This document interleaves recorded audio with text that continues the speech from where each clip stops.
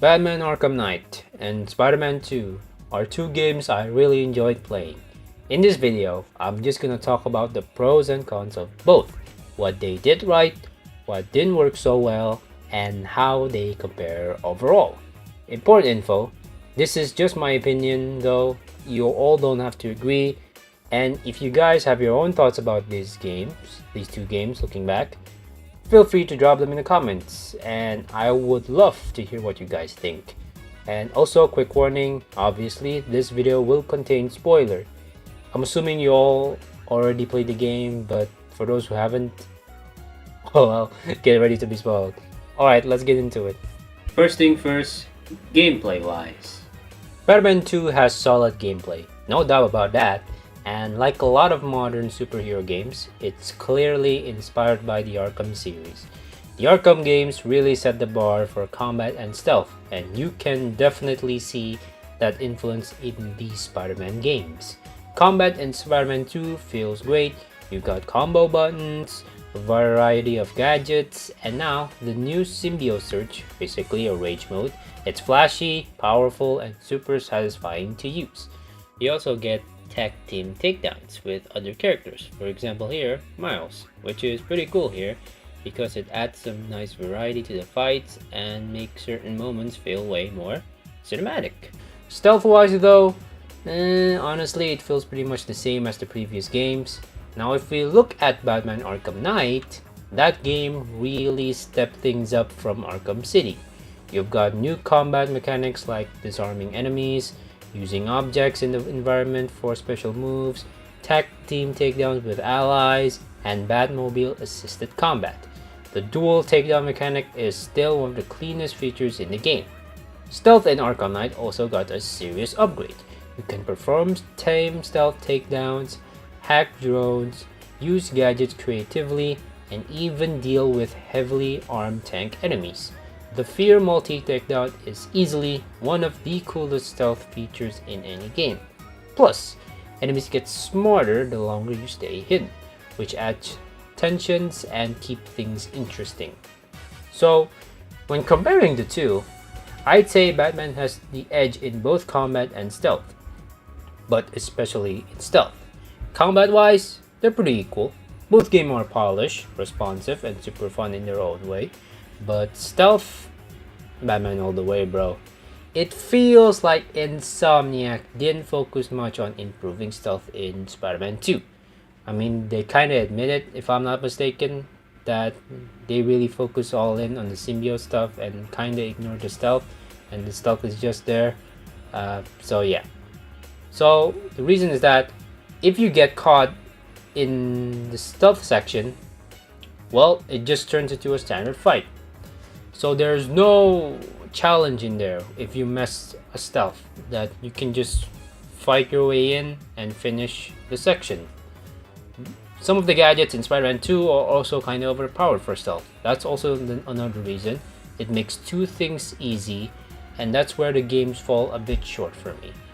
Meanwhile, Arkham Knight stealth feels much more balanced. You can't just brute force your way through.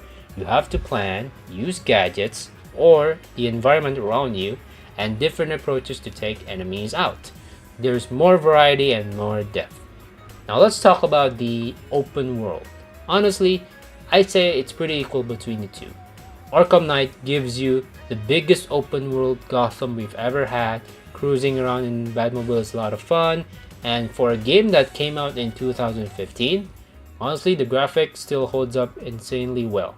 Like, if you were told me that Arkham Knight was a 2025 game, I would have believed you. It just looks that good. Spider-Man 2's open world is also a big step up from the last two games. You can glide across the city, slingshot yourself, pull off loop-de-loops,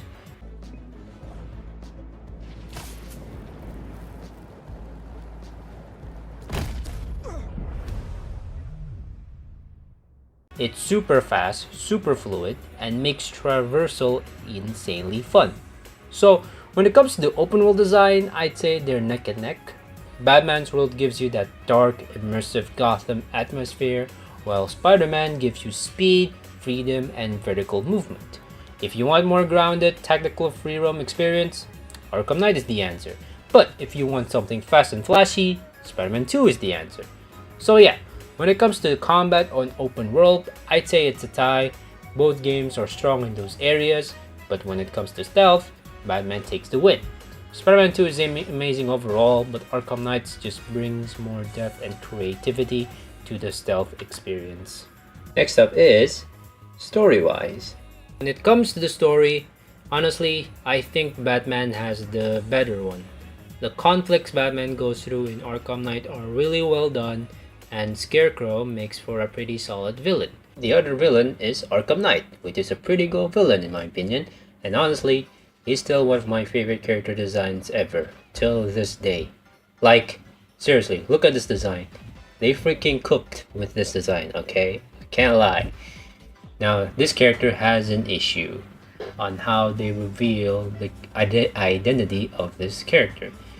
That is Jason Todd. Now, I'm not against that the Arkham Knight is Jason Todd. Is that my issue is that how they reveal that he's Jason Todd. Because it makes kind of predictable before we even see the reveal, like, yeah, I think this guy's Jason Todd. So, before the reveal, we see a lot of flashbacks regarding Jason Todd, which I think some of you might think before the reveal that, yeah, I think Jason Todd is the Arkham Knight. And casual Batman fans might look at this guy the first look at this guy and think, is this like one of the Robins? And yeah, it's just that obvious. I think it's kind of obvious. The reveal of the Arkham Knight could have been better, and that's just my opinion. I was this close to saying it had the best ending in a superhero game, but then Suicide Squad Kill the Justice League came along and kinda ruined that.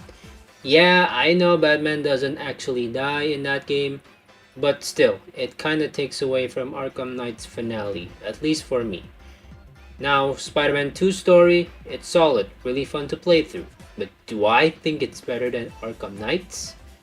Not really. Do I think it's better than Spider-Man PS4? No, it's still a solid story, but I will say this though. The moment Venom got introduced, and not only that, you get to play as him, might be one of the best gaming experience I've ever felt in my life. Ever. Period. Here's the reaction. Do I get to play as Venom? Oh my god.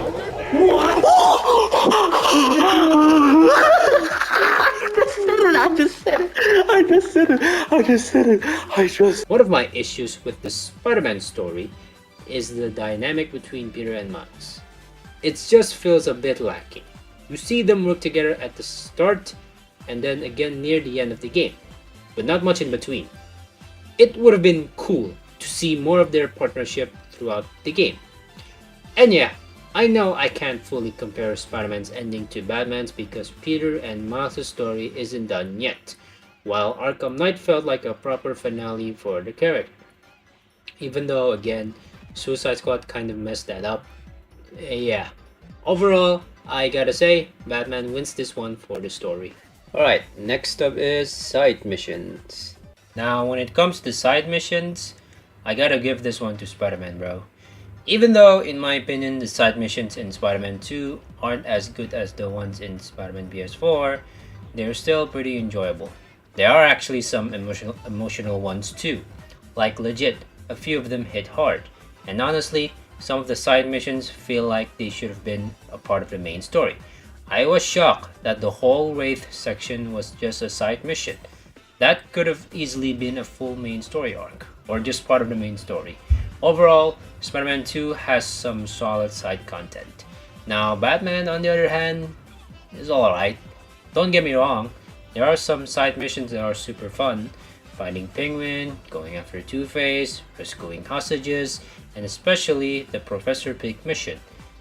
God, they made that dude creepy as hell. Those were awesome. But outside of those, most of the side missions are just Batmobile stuff. And after spending hours in the game, I'm really not a fan of the tank battles at all. At first it was cool, like, yo, this is sick, but it gets repetitive so fast. And man, it's honestly a crime, an absolute crime, that the Deathstroke boss fight is just another tank battle. That sucks because I was expecting a hand-to-hand showdown like we got in Arkham Origins, not another tank battle. So yeah, for me, Spider-Man wins the side mission category. More variety, better pacing, and some real story-worthy moments. Moving on to suits. Yes, I'm talking about this. When it comes to the suits in these games, Spider-Man definitely wins. Here's the thing. In Arkham Knight, most of Batman's suits are locked behind paid DLC. Sure, there are a couple of free ones, but the majority, you have to buy them.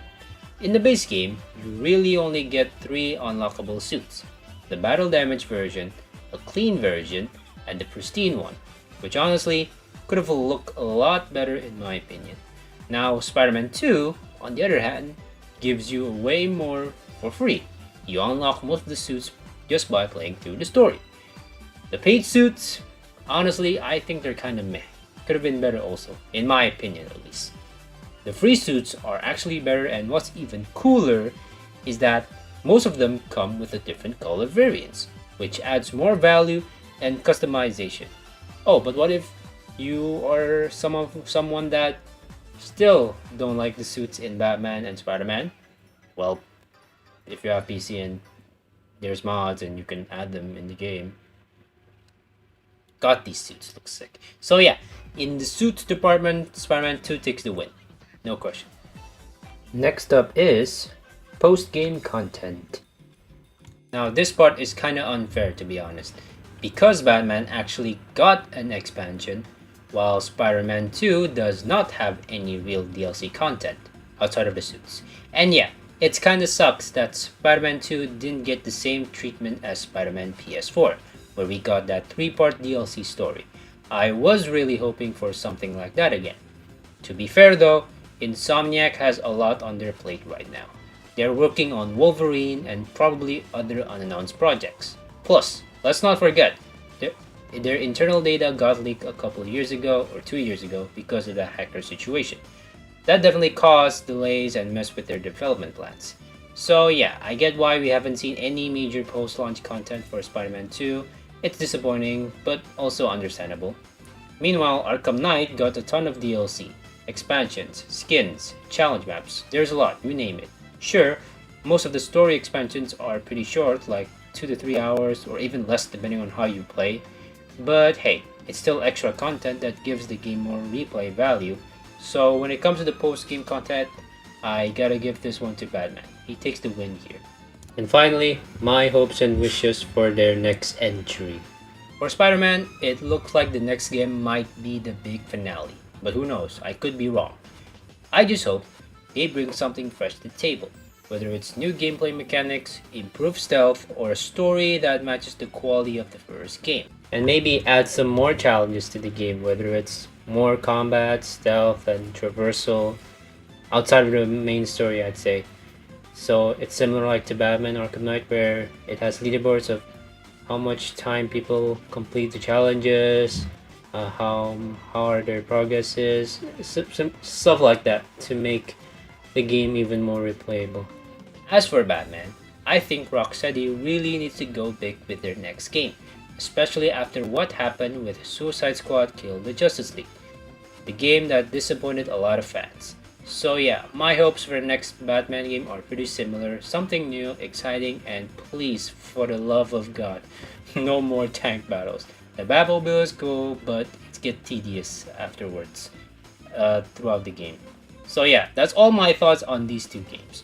What do you think after looking back at both of them? Let me know in the comments, I would love to hear your opinions on it.